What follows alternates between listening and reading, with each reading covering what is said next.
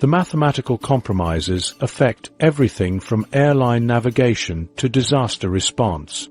Multiple government agencies maintain different official projections for their specific needs. The US Geological Survey uses ALBAs for national maps, while the FAA requires different projections for aeronautical charts. This patchwork system exists because no single projection can serve all purposes equally. Each application demands different trade-offs between shape, size, and distance accuracy.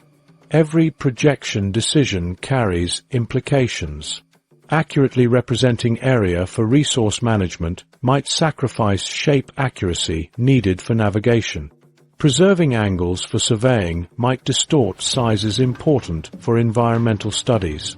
The mathematics of mapmaking forces these choices with no perfect solution, only various imperfect compromises that shape how we see our world. These inherent limitations lead professionals to develop specialized techniques that adjust for inevitable distortions. Methods we'll explore next as we examine how experts work around these fundamental constraints in their mapping workflows. Cartographers and surveyors face the reality that all maps contain distortions, yet their work demands accuracy within these limitations. They employ specialized techniques to minimize errors caused by projecting the Earth's curved surface onto flat maps. Ground control points, GCPs, physical markers placed at known coordinates, form the foundation of this precision. A survey team might position 10 to 20 GCPs across a square mile, each located using high-precision GPS equipment accurate to within centimeters. Drones capturing aerial imagery then reference these points to align photos with real-world positions, compensating for distortion created by both the camera lens and map projection. Modern mapping software processes this data through multiple correction layers. First addressing lens distortion, straightening curved lines from wide-angle cameras, then adjusting for terrain elevation changes, and finally applying projection algorithms to position everything within a chosen coordinate system. This approach allows an aerial survey of Chicago to maintain centimeter-level accuracy across hundreds of acres, despite flat maps' inherent limitations. Projection selection remains critical. The Universal Transverse Mercator (UTM) system divides the world into 60 narrow zones to keep scale distortion below 1 part in 1,000, acceptable for engineering. Surveyors working on a Texas highway project might use UTM Zone 14, 102 degrees west to 96 degrees west longitude. Wider projects spanning multiple zones require custom solutions. For national scale mapping, organizations use projections like ALBA's Equal Area Conic, which preserves area accuracy across all 50 states using two standard parallels, 29.5 degrees north and 45.5 degrees north. This system allows USGS topo maps to maintain consistent accuracy, whether showing Kansas farmland or Rocky Mountain regions. Ground surveys still verify digital maps. In downtown Manhattan, surveyors establish control points on building corners to account for urban canyons disrupting GPS signals. These measurements validate aerial data before finalizing products. Elevation data presents particular challenges. LiDAR surveys must account for Earth's curvature. A Mississippi River Basin survey uses geoid models to convert raw measurements into meaningful heights above sea level, adjusting for gravity variations that make sea level differ by hundreds of feet across the continent.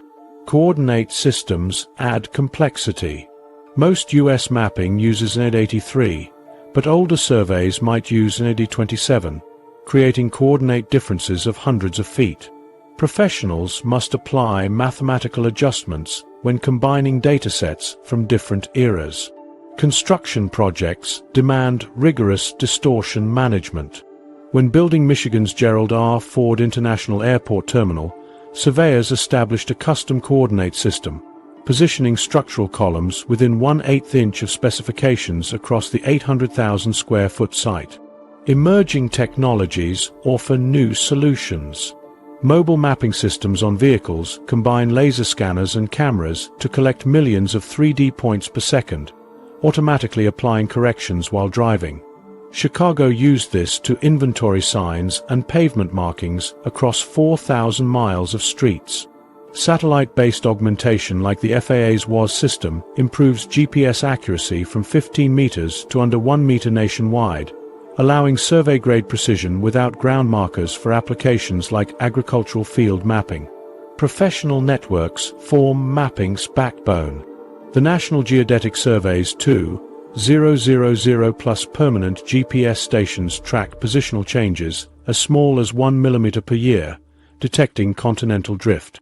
Surveyors tie projects into this network for consistency across state lines or decades. Urban canyons present unique challenges.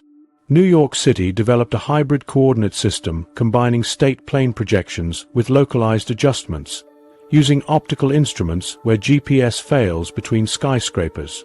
Historic projects reveal evolving standards.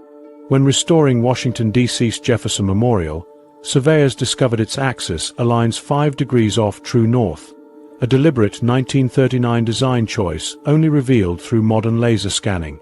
These techniques demonstrate how experts work within projection limitations. By combining precise measurements, advanced software and appropriate projections, they create products accurate enough for engineering and scientific purposes. The next section examines why understanding these distortions matters beyond professional circles. Why